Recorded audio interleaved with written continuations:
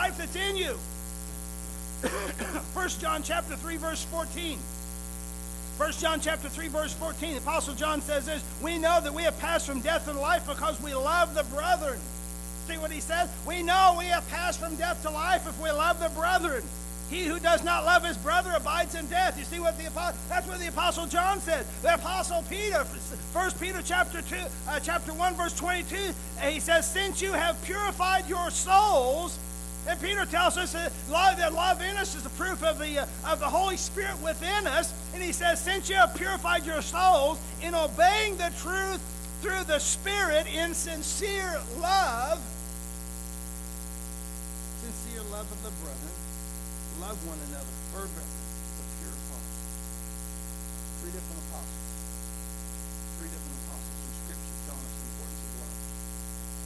Having said that, let me ask you this morning, how will this affect your disposition and conduct? How will this affect your disposition and conduct? How should it, maybe that's a better question to ask, how should it affect your disposition and conduct? Well, if you're growing in your walk with Christ as you should be, and love has that preeminent place in you, God's love, that preeminent place in you, you will have a greater concern for others. You will also have a greater kindness in the way you're speaking and acting. Boy, our world is cruel in its language, is it not? You'll have a greater kindness in speaking and acting. You'll have a greater compassion for those around you. You'll have a greater compassion. Your example will mirror that of Jesus. Guys, I'm the church, understand. You're not going to be able to do anything without us loving you. You can't share what you do not have. Number two. Second. Look at verse 8. Notice what the Apostle Paul says. For you were once darkness, but now you are light in the Lord.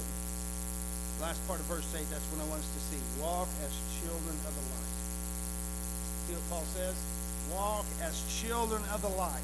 Now understand, this commandment reaches from verse 3 all the way down to verse 14 in these verses, that we're given a list of things that are not to be found in the life. As I sat preparing this, a thought occurred to me that the things that are mentioned here that Paul mentions here in verses 4 and 5, neither filthiness nor foolish talking nor coarse jesting, which are not fitting, but rather giving of thanks.